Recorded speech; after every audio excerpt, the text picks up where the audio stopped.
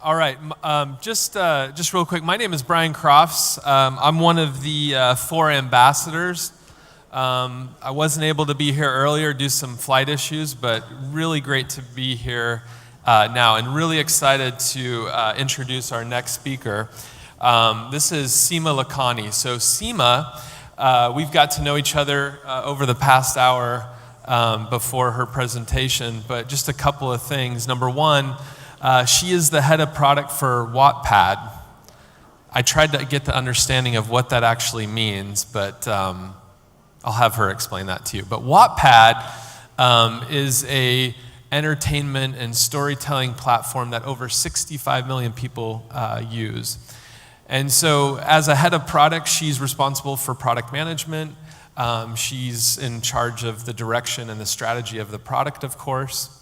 Another thing important to know that she does as part of her job is she's the head of Wattpad Labs. And Wattpad Labs is really focused on understanding the latest and greatest technology so that they can take their platform to the next level and be the most innovative in their industry. One kind of really, I think, cool fact about Seema is that she is an artist. She's a performer. She spends a lot of time in theater. She acts, she directs, and she writes a bunch of sketch comedy. So with that said, I'm really excited to see what she has to talk about it, and we'll give a warm welcome to Seema.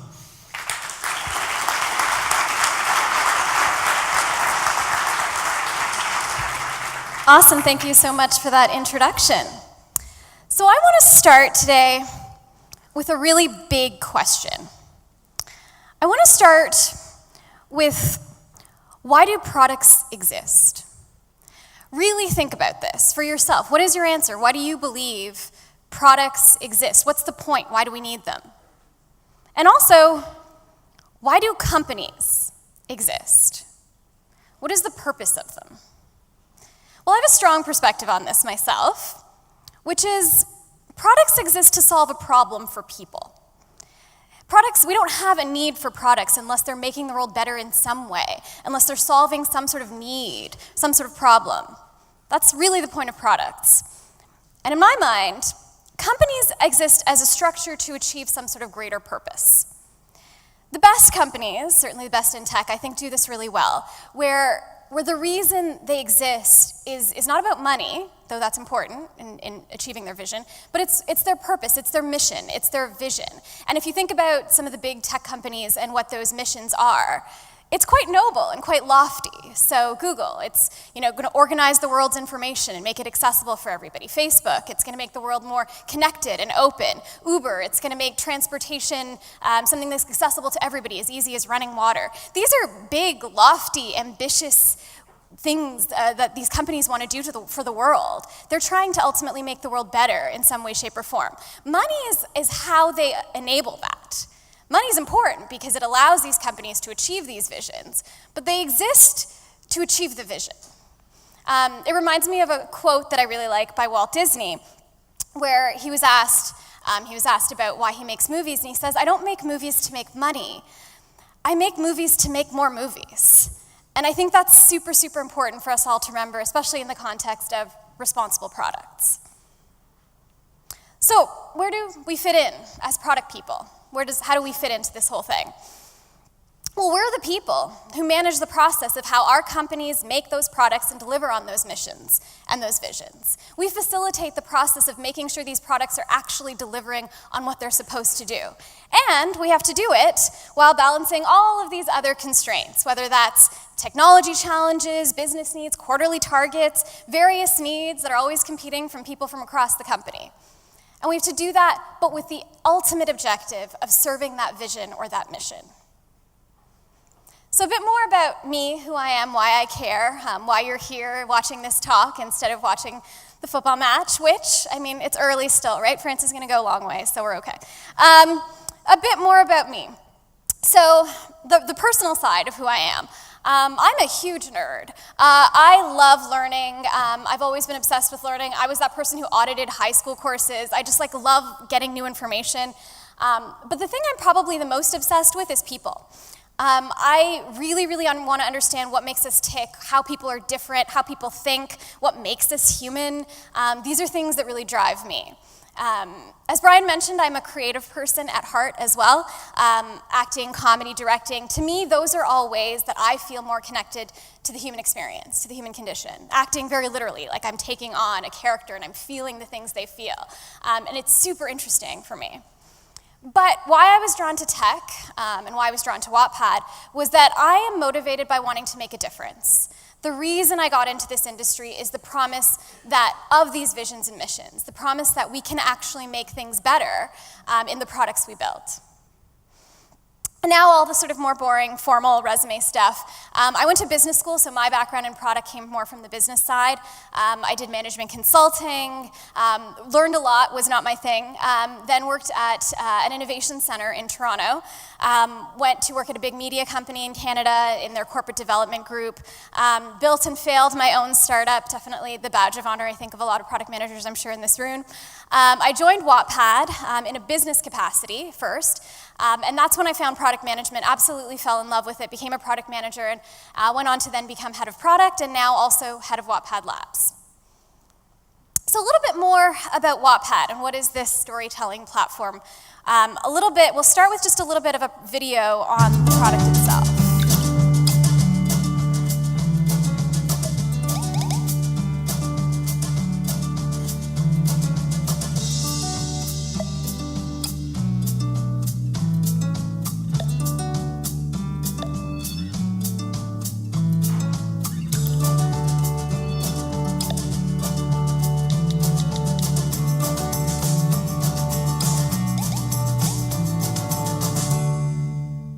Cool, so that's the product, so you get a pretty good idea of how it works. Wattpad is a platform where people share stories, mostly in book form, so people are reading and writing from all around the world.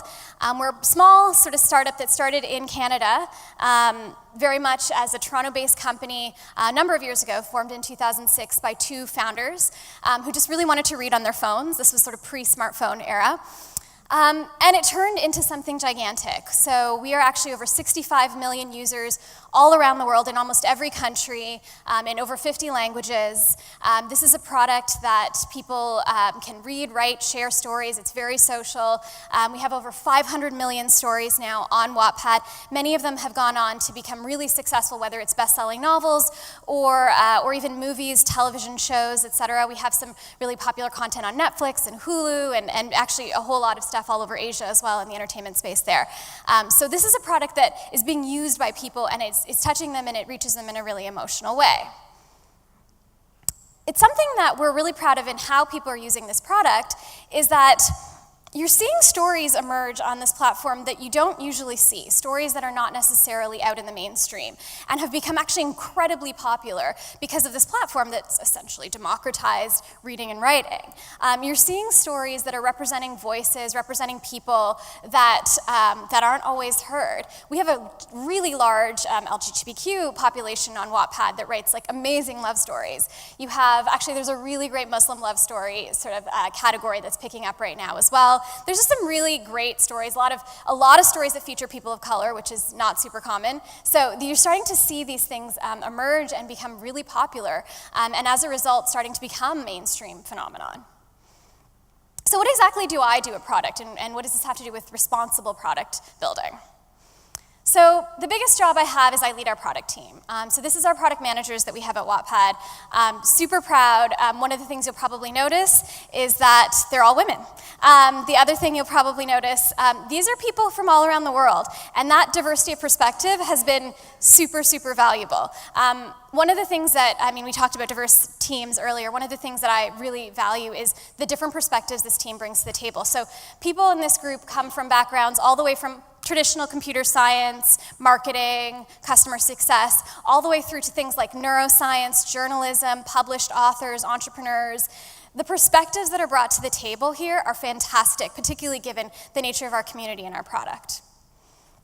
So as head of product, my main job is really to empower and support this team. I'm there to help them grow. That means making sure I'm giving them the practices, the processes, the skills, the tools they need to do their job successfully. They're the ones on the ground actually making those product calls, working with those teams, making sure we're shaping the right direction, and I have to give them the right things to work with to be able to do that well. I also guide the overall product strategy, so work with them collectively to guide how we actually fulfill Wattpad's vision, which is to entertain and connect the world through stories with our product. And how are we going to best do that? I also get another really fun job, which is I get to lead our labs division. Now, Wattpad Labs is focused on the future of storytelling. So we're thinking about what is storytelling going to look like 10 years from now, 20 years from now. And this is probably one of the most fun things I get to do, which is I get to think a lot about what will always be true about storytelling and what will change. So what will always be true? Storytelling is a fundamental human trait. We have been telling stories since before we had language. Think about that. Like cave paintings we're talking about. Like before we knew how to properly communicate with each other with words, we still told stories because that's how we connected as a species. Storytelling is all about imagination, empathy, connection. It shapes how we think, how we live, how we relate to each other, what our values are. Technology is an enabler of that. Technology enables different ways that we can tell those stories. So if you think about the history of storytelling, and just some highlights that I want to point to, if you think about the history of storytelling and different parts of technology or the world shifting that has allowed us to tell stories in different ways. So I'll start with like early civilization. Just the formation of people living together in villages or towns or cities created a form of storytelling called theatrical reenactment or theater.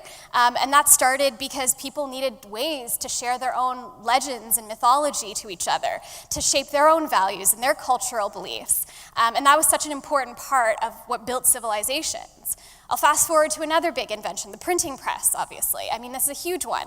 It meant the birth of the modern novel. It meant that you could now scale storytelling in a way that you could never do it before. Someone could actually write the words on a page, a full character journey, a full plot, and people, thousands of people, more than thousands of people all around the world could read those stories and could have that common language. Internet, obviously, huge one, right? This one, the internet and mobile, had a big impact on storytelling. Now we're talking even larger scale. Anyone can create a story that millions of people around the world can see. So the scale becomes even bigger. The democratization of the space of being a writer gets even bigger, or any sort of storyteller. But also interaction starts to happen. Not only can you have scale, but you can have interactivity. That's something you couldn't have before. That's sort of the stuff Wattpad got to play in.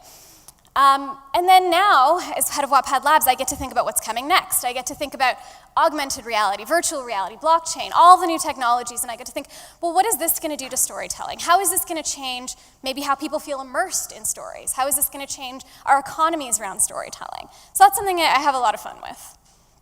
In both those roles, the point of it is, whether it's head of product or in a labs role, and in any product development capacity, impact is a really big deal. And it's something we have to think about very, very carefully. So in my world, it's stories. Stories are personal. Stories are often very tied to our identities. Writers, therefore, are very vulnerable when they're putting their story out in the world. Even reading is an act of vulnerability in a sense, because reading shapes a lot of how we see the world, how we think about and learn about ourselves. A lot of Wattpad users are quite young. We have a lot of teenagers on our platform. I guarantee if you ask a teenage girl in particular about Wattpad, they will have lots to share about it. They're finding themselves on this platform. That's a very intense piece that we hold sort of responsibility around. So we have to be very, very thoughtful about the impact that our product is having on the world. And I think this is true of any product. I mean, I see it in the sort of sensitivity around stories and identity and young people, but this could apply to any product. So I want to talk about the two types of impact today. One is intentional impact. So that's the impact that we actually intend to have on the world, that we intend to have on our users. So intentional impact is ultimately about making sure that our products are actually delivering on the vision and mission that we set out. I know North Star was used earlier in one of the other talks, but vision and mission is the North Star. That is why our companies and our products exist. It is to deliver on this vision and mission. Intentional impact means we need to reflect that we are actually getting towards that vision and mission. We need to break it down and be able to show that we're making steps towards it. So I'll talk about 3 tips in doing that. One is making sure you're measuring the right things. Another is balancing your business problems and your user problems and walking that tightrope. And another is living and breathing the human side of that impact.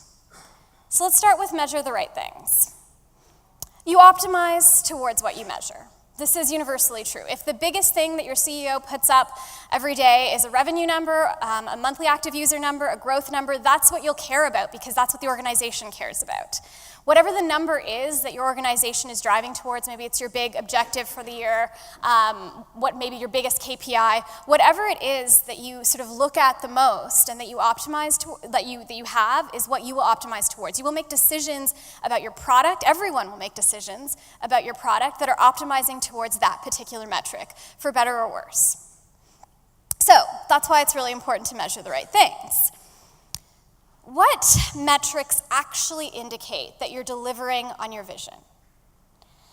Think about that. For all the products you work on, think about what are the metrics that actually tell you if you're, or at least indicate a hint towards you're actually getting towards achieving that. Hint, it's probably not revenue or profit. Not as a straight line anyway, unlikely. It's also probably not growth, clicks, page views, you name a funnel metric. It's probably not those either. Not that those aren't helpful to your business and not that you shouldn't measure those. Obviously, these are important for the sake of your business. Some of these will be very important for the sake of your business. But you have to be careful how much you optimize towards these metrics, especially if you're undermining your actual purpose. So the dangers of the wrong metric. If you're making product decisions that are not in service of the vision, but rather in service of this other metric intentionally, you're ultimately driving towards, you're missing out on driving towards the actual purpose of your business. So some examples, right? Like you can do a lot to drive downloads.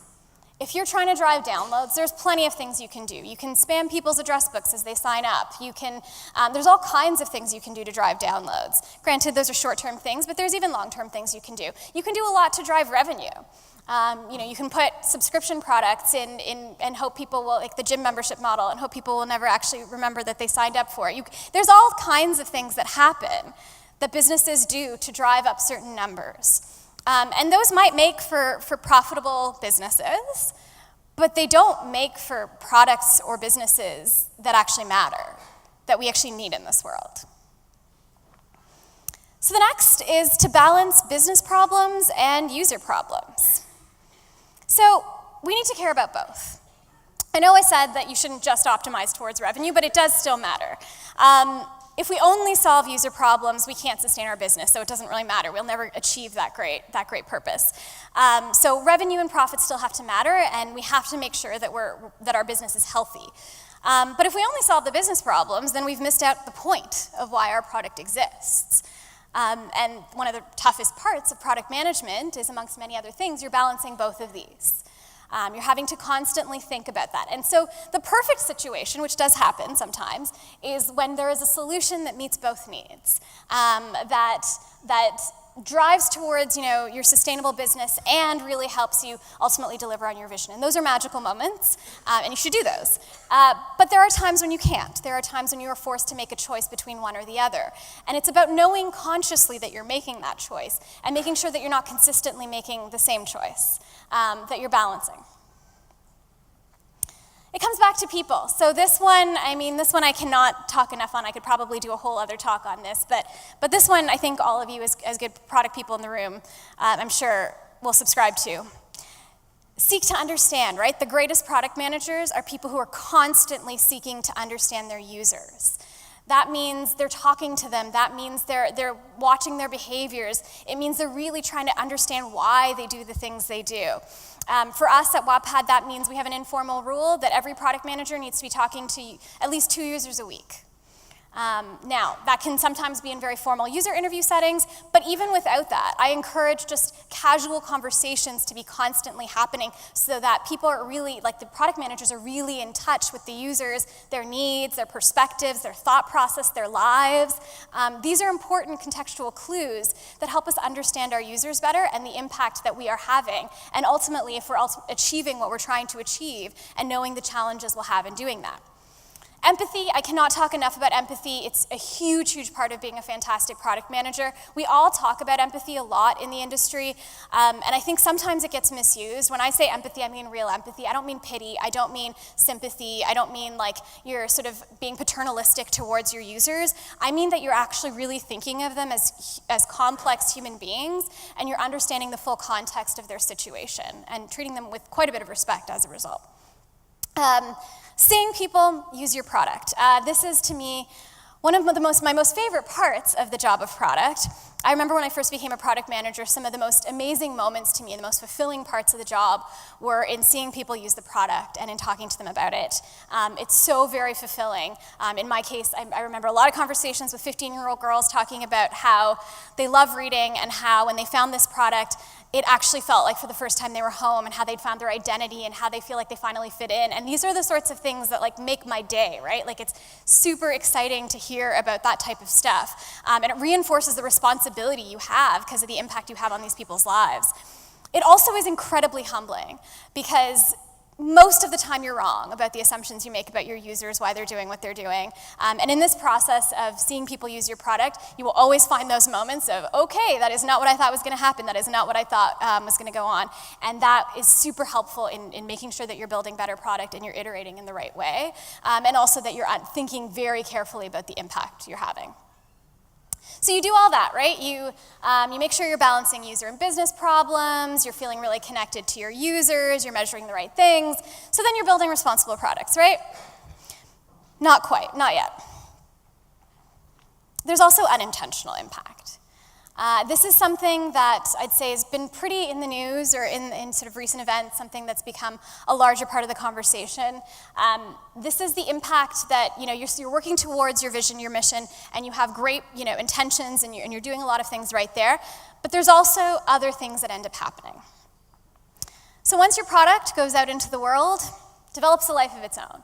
You have all kinds of ideas of exactly how people are going to use it, and it's a little bit different than that, sometimes a lot different than that. People will use your product in new and unexpected ways. Some of those ways are amazing and revealing and actually are shortcuts to your vision and mission, and you should pay a lot of attention to that and use that to iterate on your product. But others are actually dangerous. Other ways that people will use your product is not in a positive way. And if you ignore those behaviors until they've become a business risk, which unfortunately does happen, then you failed to build your product responsibly. So let's take a trip down memory lane. It's the late 2000s, social platforms are emerging and growing really fast. It's all about growth and network effects and driving usage. Bullying, harassment, predatory behavior, hate speech, all of those things are not part of the conversation at most of these companies. They haven't even thought in a lot of cases about this stuff yet, or some tech companies were actually priding themselves on being agnostic to those issues. They're just the platform. We're just platform builders. Whatever happens on top is more the people who are using its responsibility. Well, I don't buy that. I don't buy that at all.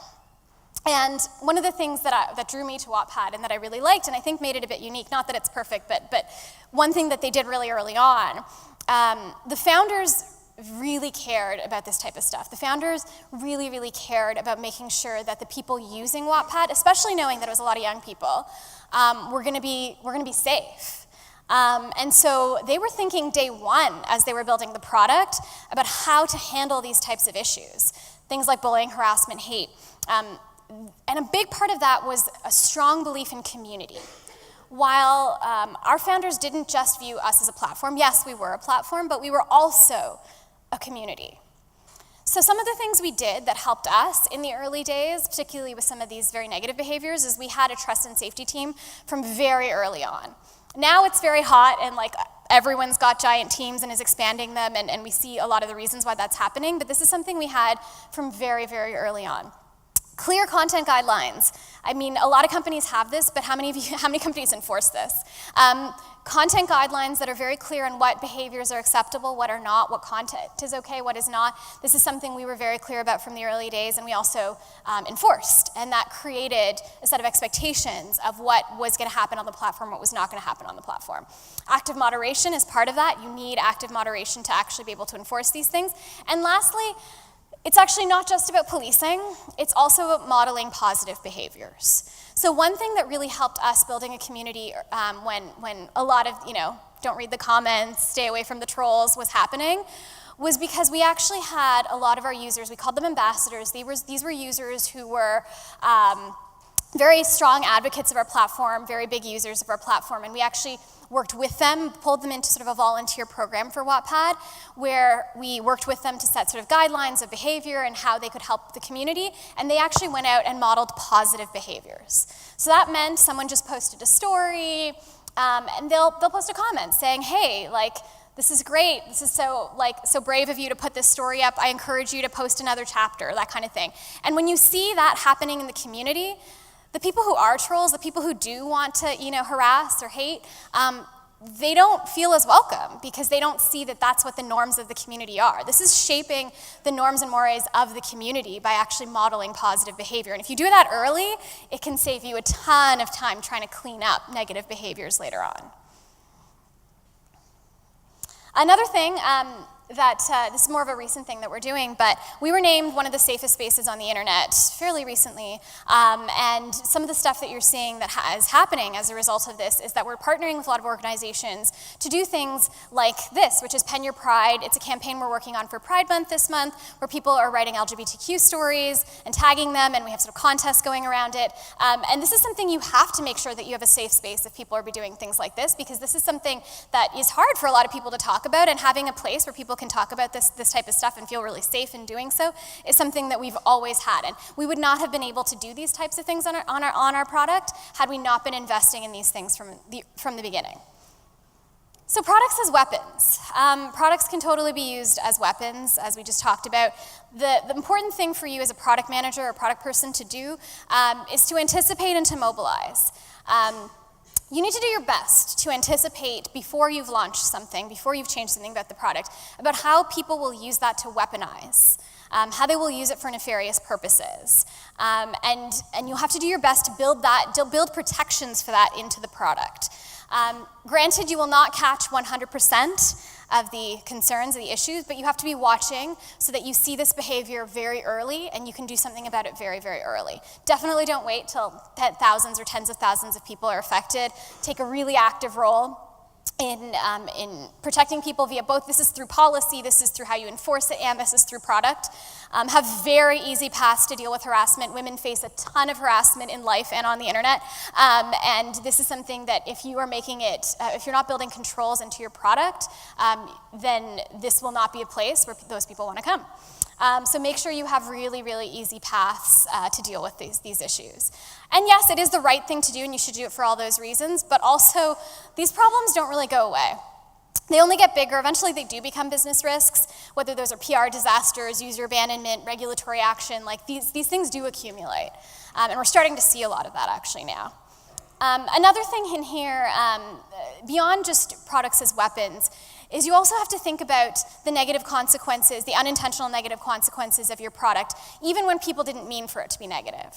This is the type of stuff where what would happen if someone just became obsessed with your product and used it all the time? What would that do to their life? How do you understand and how do you mitigate against that? Things like, how does this product help develop relationships between people or hurt those relationships between people, right? Things that are unintentional, but things you should consider. There is a fantastic resource online. An organization put this together. It's called the Tarot Cards of Tech. You can look it up. It's really great, and it gives you a deck of cards to ask you yourself these types of questions as you're building product, and it brings out these types of insights around how will people use your product. Quick side note on regulation, because I mentioned it. So regulation, I actually do support some degree of regulation around our industry. I think that there will always be bad actors, there will always be people who are not building with responsibility in mind, and regulation is an important part of preventing and taking action when that happens. But regulations are by far, far from perfect. It assumes that the regulation is timely, which it often isn't, especially in our space. It assumes the regulation is properly drafted and understands the technology and the use as well, which isn't always the case. And it assumes that the regulation is going to catch 100% of people, which certainly it doesn't. But regardless of that, I think if we're relying on regulation to be the thing that forces us to be responsible, then we failed. We failed on technology's great promise of changing the world, on all those vision and mission statements and why these companies, why these products exist. And we failed on product management's great promise of actually ensuring we're balancing the needs of our users, of our business, of technology to actually build the right things. We failed. We need to hold each other accountable around all of these things. So I want to talk a bit about the values of product management as a field, as a role. What are our values as product managers? Had to throw this in there, but it's a really big job. Product management carries a ton of responsibility, which means it requires a lot of maturity and care. So closing thought on this, think about the role of product management. Think about the industry of tech. Think about startup culture. Certain jobs and certain industries attract certain people. It's always been true. The nature of how we talk about a job, who we identify as successful, what we celebrate as successful, how those people act, the companies they represent, that shapes the values of the role. Every role and every industry has a set of values, whether we're aware of them or not. I remember when I was in business school, it was 2005, 6, 7, and it was right before the last big recession. And at the time, there was a very clear set of values around the banking industry. It was attracting a very specific type of person. The values were about greed. The values were about self-interest. The values were about power and status. And it attracted a ton of people who were super attracted to those things. And it had some pretty devastating consequences. Right now, tech is really hot. Product management is a super sexy job. It comes with status, it comes with influence. A whole new set of people are entering this industry and this field. So we should ask ourselves, what are our values? What do we care about? What do we celebrate? Because we are the representatives of the field. If what we care about, if what we celebrate is about being the person who gets to make all the decisions, about being the mini CEO, about having control, think about who that'll attract. And think about what will that ultimately lead to. But if our values are about making sure that we're delivering on these visions, if our values are about bringing people together, if our values are about diversity and inclusion and making sure we're building the right thing and we're being very thoughtful about how people use it and the impact it has on their lives, who will that attract? What will that lead to? So think of the possibilities. Think of the promise of technology. I mean, it's why I got into it, and I imagine it's why a lot of you got into it too. We're excited by the idea of impact. Whether that impact is like massive and on a global scale or a little bit more controlled, but we want to be making things better for somebody. The role of product management is ultimately about being that guide, about balancing all of those needs and taking us in the right direction. So think about how product managers can be the guide for technology and how they can make these visions and missions actually come true, especially now, when I think we need this type of thinking more than ever in this industry and in the world. Thank you.